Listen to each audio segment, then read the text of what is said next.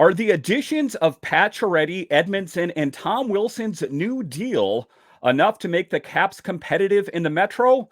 I'll discuss next on this edition of Locked On Capitals. Your Locked On Capitals, your daily podcast on the Washington Capitals. Part of the Locked On Podcast Network, your team every day.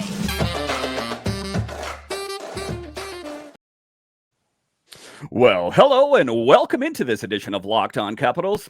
I'm so glad you decided to join me today. As always, this podcast is free and available on all the major platforms, including the SiriusXM app and on YouTube. And I want to thank you for making this your first listen each and every day. My name is Dan Holme. You can find me on Twitter. It's at DanCaps218. You can find the show on Twitter. It's at Locked On Caps. Today's episode is brought to you by FanDuel. This episode is brought to you by FanDuel Sportsbook, official sportsbook of Locked On. Make every moment more. Visit FanDuel.com/Locked On today to get started. So in today's episode of Locked On Capitals, we talk about the Caps coaching staff. And ultimately, is that going to make the Caps winner this season? A little bit later in the show, we will talk about the rumblings surrounding Evgeny Kuznetsov. Does he ultimately really want out of DC? Then later we will talk about free agency and the draft. But just to get it going here, we will talk about Tom Wilson's new deal. And in today's episode, I'm happy to have Harrison Brown of NovaCaps. Harrison, welcome to the show. Thanks so much for having me, Dan. It's a pleasure to be here. It's great to have you on here. So in the offseason here, I was hoping for some big moves. I was hoping for DeBrincat. I was hoping for a Karlsson move. As it turns out, none of those things happened. The big move for the Capitals this summer was the Caps signing Tom Wilson to a 7-year deal. This pretty much makes him the next captain for the Capitals, I guess I'm going to say, as Ovi's contract is for 3 years. What were your thoughts on Tom Wilson's new 7-year deal? Yeah, I liked the term. It made sense. The Caps clearly value what he brings in terms of leadership, on-ice presence, physicality, and when he has the potential to get in other teams' management's heads. You saw Pittsburgh trade for Erik Karlsson at a trade deadline after he pretty much beat the crap out of Jamie Alexiak. You saw the New York Rangers had Ryan Reeves and Barclay Goodrow after that Panarin Panarin brawl. This is a player that's important to this team's culture. And it has the opportunity to dictate some of those other rivals' moves as well. The cap hit was a little high for my liking. I was thinking at around 6.3, but it's nothing to sweat about. Yeah, and just taking a look at it, it was a long-term deal, and they don't hand out these 7-year deals too often. So it was a bit surprising, but not too surprising. I think that as a Caps fan, that's what I wanted to have done. I didn't want him to sign a 2-year deal or a 3-year deal and have to go through this again 2-3 years from now, wondering, is he going to come back? Is he going to come back? He is going to be a Capital for pretty much the duration of his career. His new contract keeps Wilson with the Capitals through the 2030-2031 season. Wow, I don't want to think about how old I'm going to be in 30 and 31. But Wilson's contract carries an average value of $6.5 million. The 29-year-old recorded 13 goals and 9 assists in 22-23. So what are some of the things that we know about this last season was that he was recovering from that knee surgery that he had done. But Wilson is a 3-time 20-goal scorer who broke out with a career-high 24 goals, 28 assists, in 52 points in 21-22. So a lot of the reports that I'm hearing from various sources, NovaCaps, RMNB, those kind of sites, are saying that it appears that Alex Ovechkin is kind of taking Tom Wilson under his wing, kind of showing him the ways of being a captain and how, you don't have to fight every guy that wants to fight you. What are your thoughts on that? Do you see him being the next captain of this team? It just seems like that is kind of the way things are going. No, it's certainly a possibility. He's been on this will be his 10th season on the team now. He's been surrounded by that talent. Ovechkin, Backstrom, Oshie. He's played with all those guys who can very well have letters on each of their chests. And as the Caps look to get younger and bring in some guys like McMichael, LaPierre eventually, and Ryan Leonard, it'll be important for them to kind of have that young leadership role, because Karlsson, Backstrom, and Ovi are well into their mid-30s by now. So perhaps a little bit of freshness and young blood. Not that Wilson's young by any means, but he's got 4 or 7 years up on those guys. It could be a breath of fresh air for this team. So when we kind of take a look around the Metro, there were some teams that got better this offseason. I would say the Hurricanes were one of those teams. But also Kyle Dubas taking over the GM job with the Penguins. And his biggest move, his stamp on the organization, was signing Erik Karlsson, a big move. And when I was listening to the Locked On Pens, they said that the Sharks pretty much got all our bad players, and we got Erik Karlsson. How much better, in your assessment, are the Penguins now with Kyle Dubas as their GM and Erik Karlsson on the team? Well, before that trade, I had them finishing outside of the postseason. Now I have them third in the Metro, right behind New Jersey and Carolina. I think the New York Rangers kind of got worse this offseason after losing Tarasenko and Patrick Kane. Their depth has kind of dwindled, has taken a hit, but they should still be fine. They should still be a postseason team, a wildcard team with a strong defense, guys like Adam Fox and Igor Shesterkin in goal. But Karlsson's 33 and is coming off of his best career season. That came with one of the worst teams in the league. How can you expect him to perform? There will be a little bit of controversy on the power play with Chris Letang, also a right-handed shot. So how much time will he exactly get? And don't forget this move.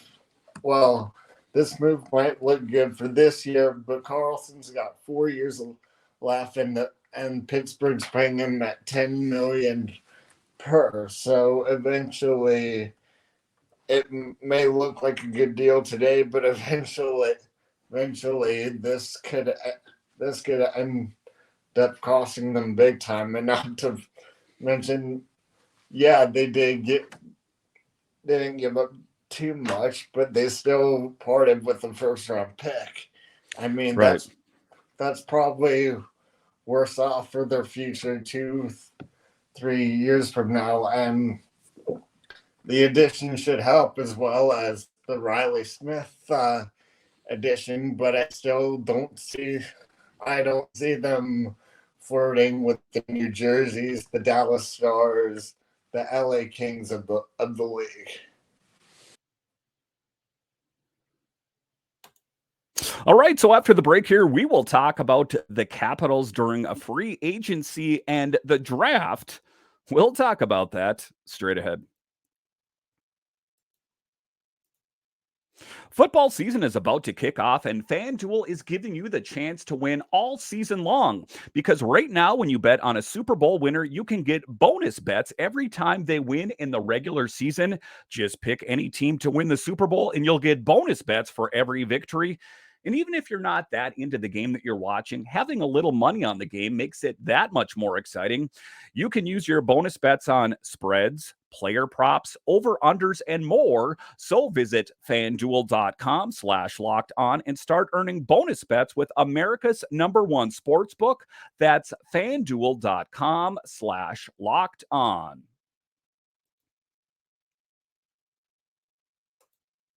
All right, welcome back into this edition of Locked On Capitals, part of the Locked On Podcast Network, your team every day. Make sure and subscribe or follow Locked On Capitals wherever you find your podcasts and on YouTube. I have a lot of great guests, not to mention that training camp is just around the corner, so make sure and subscribe or follow Locked On Capitals today. All right, welcome back into this edition of Locked On Capitals. In this second segment here, we have Harrison Brown of NovaCaps as we talk about free agency and the draft. Harrison, welcome back in here. So taking a look at free agency again, I was hoping for some big moves, and I was listening to NHL Network Radio. I was on a road trip with the family, and I was just waiting for that moment that there was going to be a big move. And as it turns out, it was just the additions of Max Pacioretty and Joel Edmundson. There were some smaller moves as well. What were your reactions to the Capitals during free agency? Yeah, I was a bit disappointed. This team clearly needed to get younger. They needed and expressed the clear need of a top six forward. But after hearing McClellan talk after July 1st and after Tom Wilson signed his extension, it still sounds like he's trying to make a splash. So I still think it's too early to assess the Capitals offseason right now, although it has been disappointing. Oh, Pacioretty was a very low risk signing, one that could spark the offense. He's got the potential to make he only counts $2 million against the cap this year, so that's a great deal for the Caps. I know he's old and only played 3 games last season due to injury, but it was a good signing overall. Get to integrate that scoring, and I mean, I guess we'll just have to see what happens in these next few weeks leading up before camp. Will Kuznetsov get moved? Mantha? Sounds like they're serious on moving one of them. You know, Kuzi's requested a trade. So, yeah, this roster is not set in ink at the moment. So, I mean, one of the things that we know about Pacioretty is he is not going to be able to help the Caps in Game 1. It's going to be, potentially November until he's ready to help the team. But a low risk move, all things considered, a $2 million contract with $2 million more in incentives. So potentially he could help this team. 6 times in his career, he has scored 30 goals. So I guess it was a low risk move, all things considered, because let's face it, if he did not have those injuries, I don't think the Capitals would have been able to afford him. The other move that the Caps made was Joel Edmundson from the Habs. The thing I liked about that move is that Montreal retained 50% of his salary. A rugged defenseman over, I want to say 6'5", over 200 pounds, has a little bit of snarl to his game. What were your reactions to the addition of Joel Edmundson? I mean, I thought the Cats probably needed a little bit more of a high-profile move, but I still thought it was fine. I know Edmondson's 30, but I thought they gave up very fair value when sending a third and a seventh to Montreal, and we've seen teams that have had success with Colorado a couple years ago with Josh Josh Manson, Tampa Bay with Zach Bogosian, and all having that kind of that rugged physical defenseman who can thrive in the springtime. And Edmundson was a part of one of those groups not too long ago, as he and Montreal went to the Cup final in 2021. It's not a bad move at all, and he's only got 1 year left on his contract. So if it backfires and the Caps are just sputtering out of position again by the deadline, they can just flip him to a playoff contender who could use that kind of physical, rugged, steady defenseman. So now let's take a look at the draft. And as I was watching it, I was watching it live, and I was hoping for that it was going to be Matvei Mishkov. Everyone kind of thought, it seemed like a perfect marriage. There's a lot of Russians on this team. He seems to be kind of the player that would fit the mold for the Capitals. But as it turns out, they drafted Ryan Leonard. I'm not trying to say he's a consolation prize. I think that he brings a physicality. He looks up to Tkachuk and Austin Matthews, and also has a bit of a snarl to his game. What were your initial reactions to the Caps drafting Leonard? I was kind of hoping for Zach Benson, who was taken by Buffalo 13th, or Libor Dvorsky, who was taken with the next pick by St. Louis. But overall, I've heard, after hearing about Leonard, you have to be excited about the type of player the Caps are getting. He's very skilled, like you said, he has a bit of snarl to that game, and he comes with some certainty, which the Caps needed after taking Alexeyev in 2018 and Miroshnichenko, who dealt with serious health issues in 2022. And, Michkov carried some baggage. He sounds like one hell of a player, but it was extremely hard to get availability to even talk to him. And the report, and like, he turned down interviews with Arizona and a couple other teams to kind of force his way into Philadelphia. So perhaps Washington dodged a bullet with that one. Yeah, the thing about Mishkov that was interesting is that he is not going to be able to help the Flyers for quite some time, as he has that contract going over in Russia there. So the thing of it is, just taking a look at it, is not only that, but I don't know if he pays attention to the standings or how things are going, but the Flyers are pretty horrible, I gotta say, and maybe they'll be good a few years from now. I guess I don't know, but I think the Capitals would have been the better option. But again, I am ultimately happy with the addition of Leonard to this team. Again, we know he's going to be playing with Boston College in the fall, so he's not going to be able to help the Caps right away, but it is an exciting thought for me to think of Tom Wilson and Ryan Leonard on the same team at the same time. Just crazy. So the next big selection they made was Andrew Cristall. Some people were questioning why he wasn't selected in the first round, and I've had a lot of different guests on this show, and they've said it had to do with inconsistent play and the fact that he's a bit of a smaller guy. For you, what was the reason that Cristall was selected in the second round and not the first round?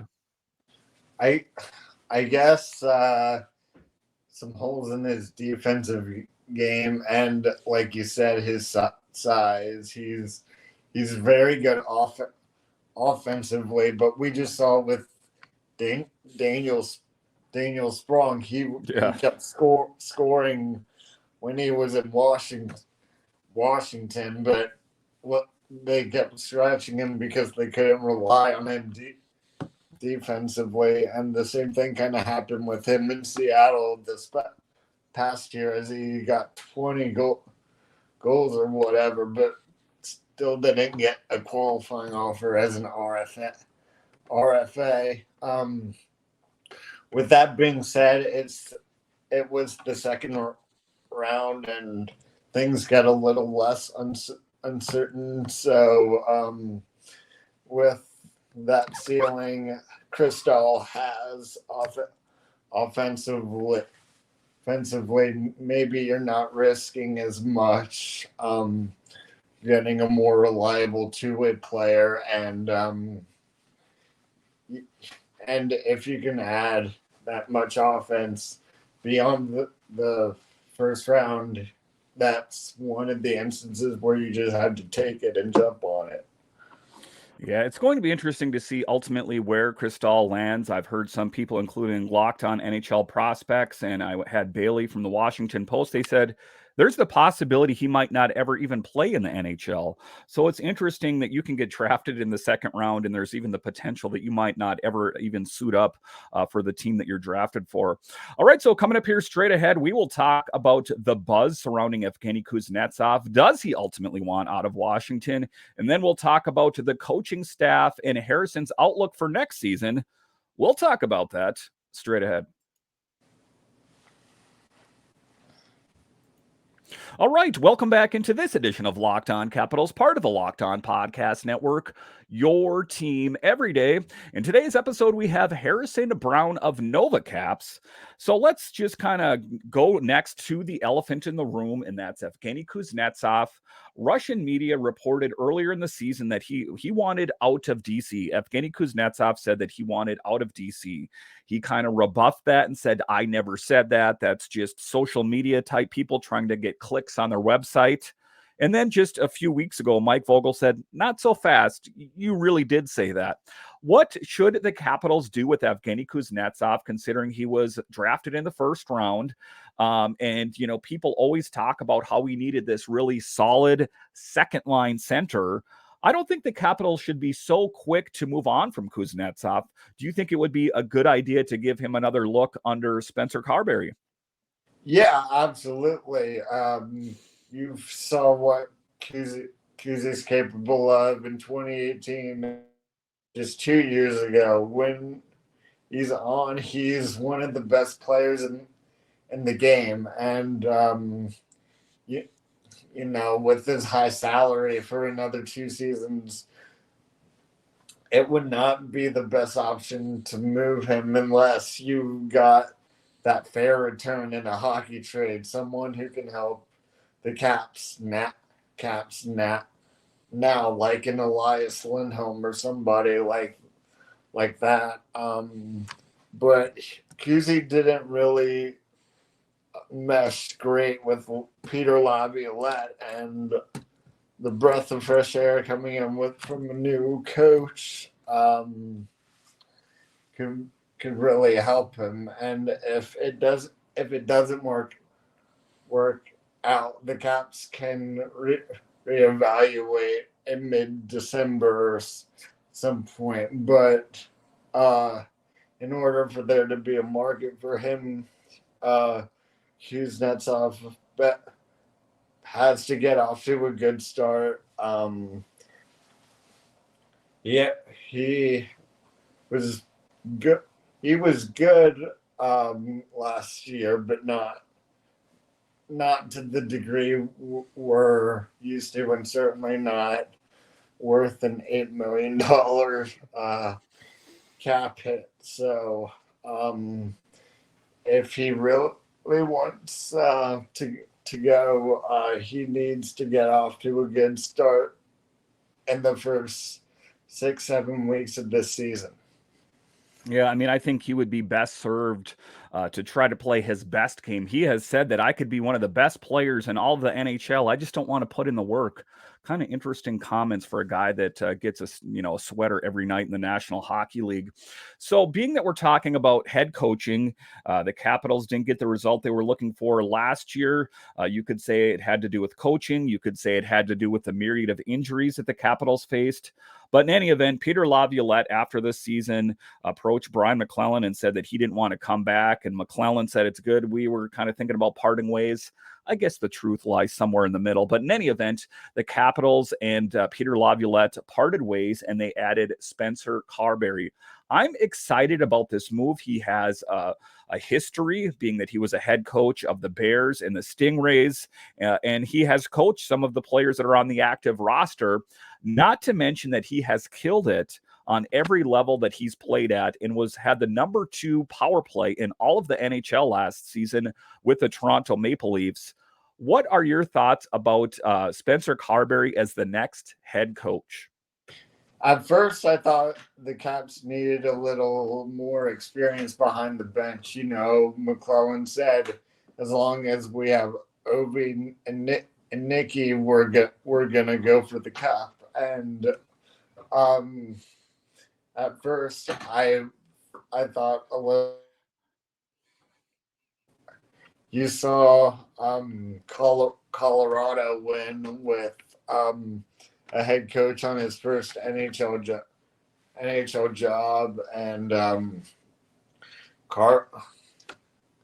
Carbery sounded confident and knew what he was doing during his first press conference. Wants the team to play faster and a more pace game. I think it's a good fit. I'm excited about it after hearing him and some of the players talking about him. I'm getting more convinced every passing minute since the hiring. We'll have to see if his resume can translate to NHL head coaching success.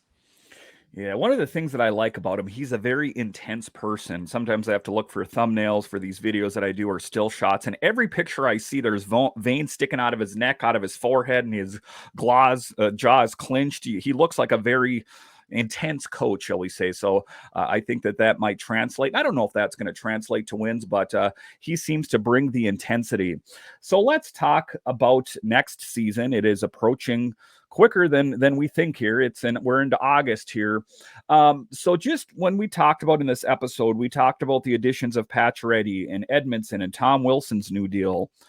Are those moves enough to make the Capitals competitive in the Metro Division?